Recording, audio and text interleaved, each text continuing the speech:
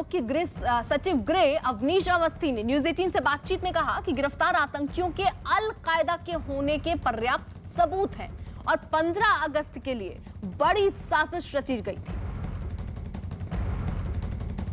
प्रदेश की एटीएस ने बड़ी कामयाबी हासिल की है। उत्तर प्रदेश के कई इलाकों में आतंकी घटनाओं को अंजाम देने वाले अल-कायदा, दुनिया के सबसे खतरनाक आतंकी संगठन के 2 आतंकियों को पकड़ा गया। हमारे साथ उत्तर प्रदेश के एसीएस अवनीश अवस्थी सर मौजूद हैं। सर, कितनी बड़ी कामयाबी है और बहुत बड़ी घटना को रोका आपने? देखिए, एटीएस ने समय रहते बहुत तेज़ी से काम किया है। एटीएस बधाई की पात्र है। यूपी एटीएस ने लगातार जो है मजबूत कदम आगे बढ़ाए हैं।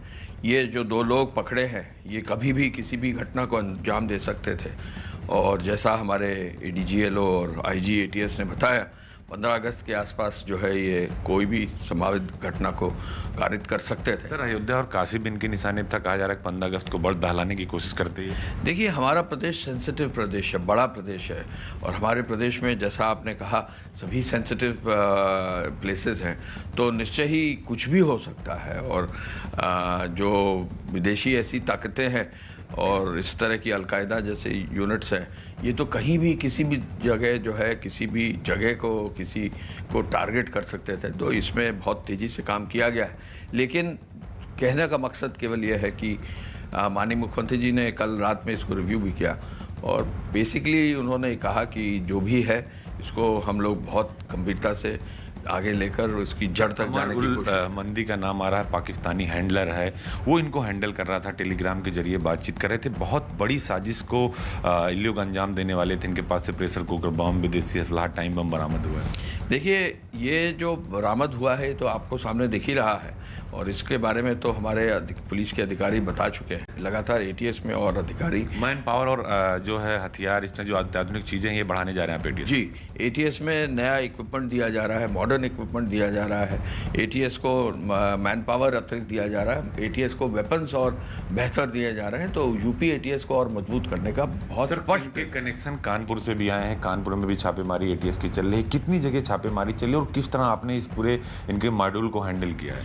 देखिए, ये बताना तो बहुत मुश्किल है कि अभी कहाँ कहाँ इनके मॉड्यूल हैं, क्योंकि काफ़ी हद तक जो है कार्रवाई अभी ऑनगोइंग है। लेकिन जैसे जैसे इसमें खुलासा होता जाएगा, कार्रवाई होगी। पॉइंट केवल यह है कि आम जन को भी बहुत सतर्क रहना है कि कहीं भी किसी भी तरह की इस तरह की कहीं कोई बात आती है, लोगों को बगल में नेबरहुड में ऐसी कोई चीज़ समझ में आती है तो उसमें जो है उनको आगे ज़रूर आना चाहिए और पुलिस को, यूपी पुलिस को, एटीएस को कहीं ना कहीं सपोर्ट करना चाहिए। समाजवादी पार्टी के अबू आजमी ने इस पर क्या कहा, जरा सुनिए। अबू भाई, जिस तरीके से पाकिस्तानी कनेक्शन सामने आया है और टेररिस्ट पकड़े जा रहे हैं, उसको कैसे देखते हैं? नहीं, जब पाकिस्तानी कनेक्शन आता है तो पाकिस्तान से रिश्ता क्यों नहीं तोड़ देते? एक तरफ पाकिस्तान से दोस्ती भी, दूसरी तरफ पाकिस्तान वाले टेररिस्ट यहाँ भेज रहे हैं। मैं पहले कह चुका हूँ कि अब यूपी का चुनाव जो है ना, उसमें उत्तर प्रदेश के मुसलमान बहुत होशियार रहें, देश के मुसलमान बहुत होशियार रहें। इनको बलि का बकरा बनाया जाएगा।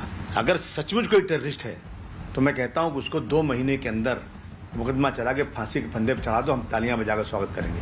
परंतु जो हो रहा है देश में, हमारे सामने बहुत सारे केसेस हैं। मुझे पकड़ा था बगैर किसी गलती के, 1 साल तक मैं जेल में पड़ा रहा। मुझे ईश्वर ने, अल्लाह ने ताकत दिया था, मेरे पास रिसोर्सेज थे तो मैं सुप्रीम कोर्ट तक पहुंच सका था।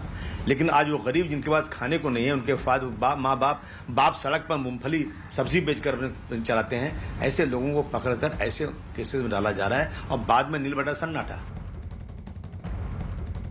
भाई, कांग्रेस के तारिक अनवर ने यूपी एटीएस की इस कार्रवाई पर क्या कहा, वो भी जरा सुनिए।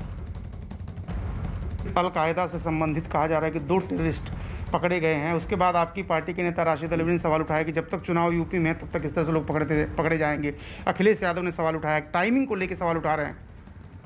देखिए, जहाँ तक आतंकवादी गतिविधि का सवाल है तो उसमें सारा देश एकजुट है और कोई भी इस बात को पसंद नहीं करेगा कि कोई हमारे देश के अंदर कोई साजिश हो और किसी तरह की आतंकवादी गतिविधि हो।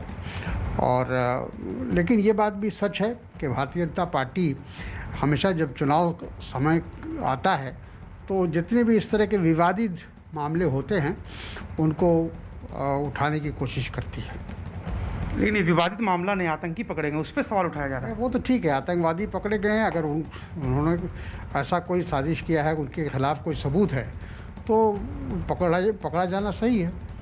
लेकिन जो सवाल उठाए जा रहे हैं, पॉलिटिकली कहा जा रहा है चुनाव की वजह से ऐसा हो रहा है। सब अपनी राय लोग देते हैं, लेकिन आतंकवाद से किसी तरह से कोई कंप्रोमाइज़ कोई भी जो देशवासी है या देश के जो नागरिक है वो कभी पसंद नहीं करेंगे।